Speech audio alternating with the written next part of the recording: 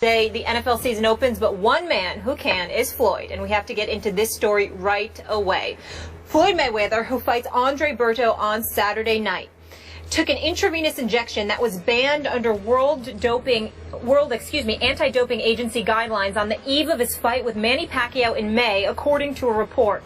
SB Nation said Mayweather's medical team told collection agents that IV of saline and vitamins was given to Mayweather for rehydration purposes following the weigh-in. Although the substances were not banned by WADA, the fact that they were given intravenously was not allowed. According to the report, such injections and infusions are banned because they can be used to dilute or mask the presence of another substance. Mayweather was not available for comment Wednesday night. Skip, your reaction. Stephen A. Smith, this story really makes me wonder about what your man Floyd Mayweather Jr. has been up to. Because we all know that Floyd Mayweather Jr. has been out front for the sport of boxing, trying to clean it up in the fight against steroids. And now I'm starting to wonder if all that was just an act. A lot of bluster, a lot of sleight of hand deflection of blame, because maybe he was trying to deflect any scrutiny off himself, Floyd Mayweather Jr. And it seems extra hypocritical today because I remind you, as you well know, that Floyd and members of his camp publicly accused my man, Manny Pacquiao, of PED use, and my man Manny was so offended he took them to court and he won. And I also remind you that my man Manny, the night of that fight in Las Vegas, May the 2nd, was denied the ability to take a pain-killing injection in his torn rotator cuff because he had not submitted the day before the proper paperwork. So meanwhile, that day before, right after the weigh-in in Las Vegas, what happened? According to this report by Thomas Hauser and SB Nation, Floyd Mayweather Jr. went straight home and took an IV that is against the rules unless you're granted an exemption. By the way, that exemption was not granted by the U.S. anti-doping agency for 18 more days. They did it in hindsight. In retrospect, they said, oh, well, we're going to say it's okay 18 days after the fight. And it wasn't until 20 days after the fight that the U.S. anti-doping agency thought it might be a pretty good idea to inform the Nevada Athletic Commission that Floyd got this exemption for therapeutic use, this IV. Let me tell you what this IV reportedly had. It had 750 milliliters of whatever solution. It was saline and vitamins. Doesn't matter what it was. Saline solution. 750 milliliters went into Floyd's body, according to this report. The World Anti-Doping Agency that Molly referred to, the one I hang my hat on, the Olympic Testing Agency, says that the cutoff is 50 milliliters. Floyd went to 750 milliliters when only 50 are allowed under Olympic-style testing. Why? As Molly pointed out, because if you put 750 milliliters in your body, which according to the average weight of an average male would be about 16% of your blood system, you can mask whatever's in there. You can cover it up going into a big fight against Manny Pacquiao. It doesn't prove anything, but it smells to highest heaven. And this whole idea of Floyd saying that he's been Olympic tested, this story just shoots holes all through that, because the U.S. anti-doping agency is just this independent arm that operates in this country that you can pay to come and test you for your event. So its integrity has been challenged here. Its credibility is being challenged here because Floyd will call upon the U.S. anti-doping agency to come and test him closer and closer to fights because he's gotten smarter and smarter. Floyd doesn't announce his fights until very close to fight time. Andre Berto, we know, is tomorrow night, September 12th. That fight didn't get announced until August the 4th. So in 4 or 5 weeks, That's all the testing that the U.S. anti-doping agency is able to do. So what happened between the Manny fight and all the way up to August the 4th, Floyd could be doing anything. Olympic testing is 365 days a year, 7 days a week, 24 hours a day. Floyd has never been subjected to that kind of testing. And let me also add, before I hand off to you, Stephen A. Smith, I know this writer, Thomas Hauser. He is a dean of boxing writers. He's now 69 years of age. He wrote the definitive biography of Muhammad Ali that was published in 1991. You could say that he's favorable to Ali, and you could read, I'm going to be objective here, you could read into it that maybe he has an axe to grind against Floyd because Floyd has been so publicly hard on Muhammad Ali. I don't know that. I don't believe that. I just know that Thomas Hauser has been around a long time. He's plugged in boxing circles. He shares some of his other previous reporting about Floyd's whatever. I'm not even going to go into that because I'm going to stay right on this story right here, right now. It raises all kinds of red flags about what happened before that fight. And again, it proves nothing except it just comes across as so outrageously hypocritical after the way that Floyd has treated Manny Pacquiao. Well, your position is incredibly predictable. My facial expressions turned very serious once you brought up Thomas Hauser because I want to echo your sentiments. He's highly respected, and regardless of what some may feel about him or whatever, he's been connected to the sport of boxing for quite a long time. He's highly reputable, and it's not my place, your place, nor anyone else's place in this profession to question the work of this man. So I just want to make sure that I throw that out there before we say anything else. I totally agree with you there. Having said all of that, I took the liberty of calling Leonard Ellaby, the business manager and the CEO for Mayweather Promotions. Approximately 30 minutes ago, I got off the phone with him. They're going to issue a press release within the hour, I believe, where they're categorically denying that there's any truth whatsoever to the reports.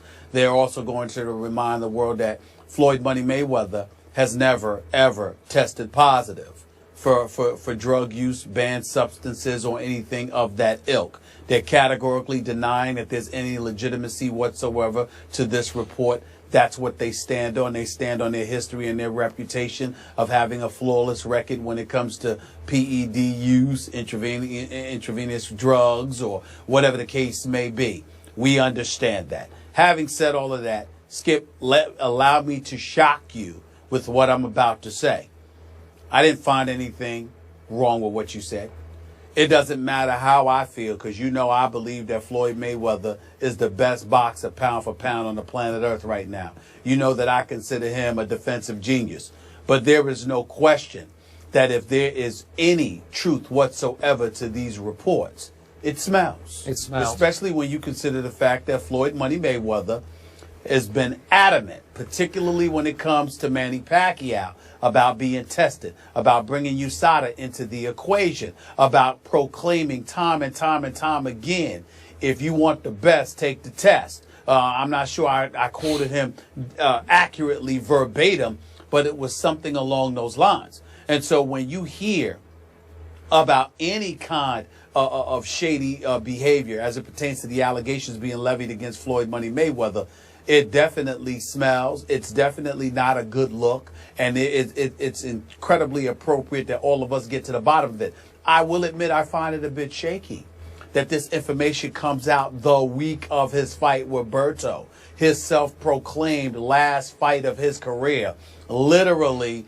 a little bit more than 48 hours before he fights Andre Berto. And regardless of what we think about Andre Berto in terms of him being a joke, he is 30-3, although he's 3-3 over his last 6 fights. He does have about 23 knockouts on his career. He does have some speed and some power, and if he catches you, he could take you out of there. So we can't assume anything. When I look at all of these things, I do find it a tad bit odd that this report has come out now, particularly considering the fact that this was probably known months ago. But that still doesn't absolve Mayweather from anything if indeed it is true. They did acknowledge that he did take something because he was dehydrated, so he wanted to rehydrate himself.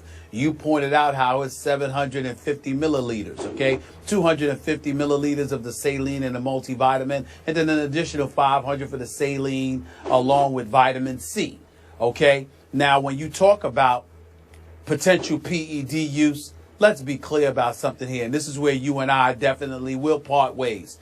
There have been accusations made about Floyd Money Mayweather in the past, although that there was no proof presented. I believe somebody associated with Max Boxing threw something out there about Floyd Money Mayweather working in concert with Golden Boy Promotions and them having, connections with USADA and, brought that to the attention of the Nevada State Athletic Commission. I don't know how far that went, but clearly it didn't go far enough because we never heard anything really about it, okay? But let's be clear, Skip Bayless, the kind of PED use that many suspected Manny Pacquiao of doing with Floyd Money Mayweather, you yourself have said on many occasions, he's a pillow puncher. He's got 26 knockouts. The last real knockout of his career to you was in the late 90s, even though I count Ricky Hatton as a knockout, etc. You kept pointing out how he's devoid of power and what have you. Do not equate Floyd Money Mayweather with Manny Pacquiao. Clottey and Oscar De La Hoya, even though Ricky Hatton's got a glass jaw, what he did to Ricky Hatton, I'm talking about Pacquiao here, what he did to Miguel Cotto, what he did to Antonio Margarito, what he was doing to Sugar Shane Mosley, even though that ended up being a decision when he dropped him in the third round. Manny Pacquiao not only was delivering knockout punches, Manny Pacquiao was also taking punches from much bigger and conceivably stronger individuals at the time that these suspicions about him were raised. I don't see any of that with Floyd Money Mayweather. We see a guy that's the same size. We see a guy that's devoid of the knockout power. We see a guy that's prepared to go 12 rounds each fight, etc., etc. So although I am willing to say to you that this does need to be investigated and we need to get to the bottom of this, and if indeed any of this is true, Floyd Money Mayweather does come across as a flaming hypocrite if there is truth to this report, I would ask you to keep in mind how they're categorically denying it, how Leonard Ellerbe is scheduled to issue a press release, all right, for Mayweather Promotions, and last but not least, it doesn't compare to what we were seeing from Manny Pacquiao at the height of his stardom. What Manny Pacquiao was doing to cats while moving up in weight was absolutely unequivocally extraordinary. And it raised a whole lot of suspicions. You didn't see anything from Floyd Mayweather to raise suspicions. I would like to point that out. Okay.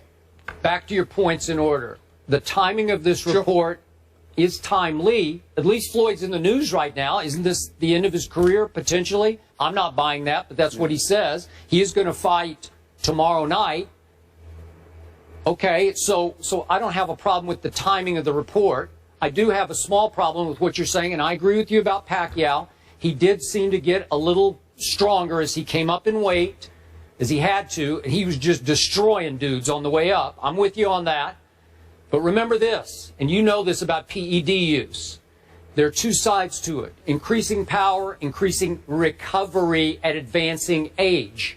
Floyd Mayweather Jr. is now 38 years of age. So I could see where at some point, I don't know this for a fact, but you could resort to it for recovery from some of the beatings that you have taken. Because Floyd has taken some punish. I know he's the greatest defensive boxer ever, but he's taken some shots before. You've talked about him on this show. But I'm saying there could be just recovery involved here.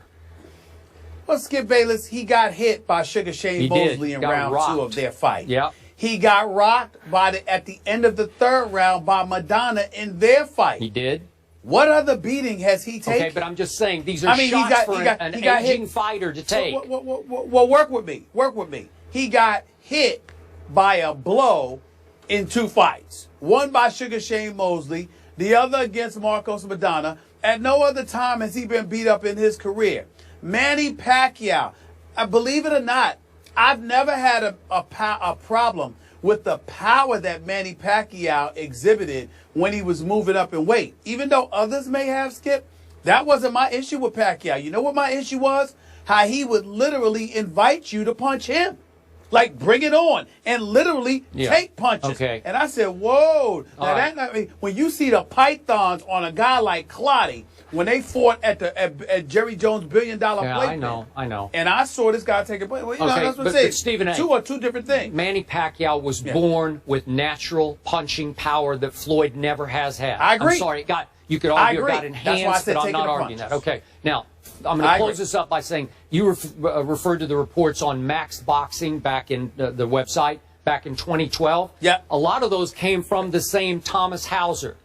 I just encourage our viewers, if you have a couple of minutes, because it's going to take a couple of minutes, go read Thomas Hauser's report on SB Nation right now, because he goes into detail about all of his past investigations into Floyd's. Well, I'm going to leave it alone because I don't want to accuse Floyd any more than what we did with this IV. Okay, but go read it and then you can make your own conclusions, because he did have one hard evidence that he reported even again today. Before the Guerrero fight, the Mayweather-Guerrero fight, Floyd did have a test that became public by USADA that was a red flag test. It's the testosterone to epitestosterone levels. They were out of balance enough that trust me, the Olympic testers, WADA, the World Anti-Doping, they would have red flagged that one and said, wait a second, we got to retest here. So Thomas Hauser does have that. I'm just saying, Floyd doesn't have a spotless record here. It doesn't look. I agree with that. It does not look spotless. He may have some explaining to do. But I'm saying to you, he sort of deserves the benefit of the doubt from the perspective that in the ring we've seen nothing different, whereas we saw something significantly different along the way with Manny Pacquiao. That's all I'm saying. All right, we'll leave it there. We'll continue.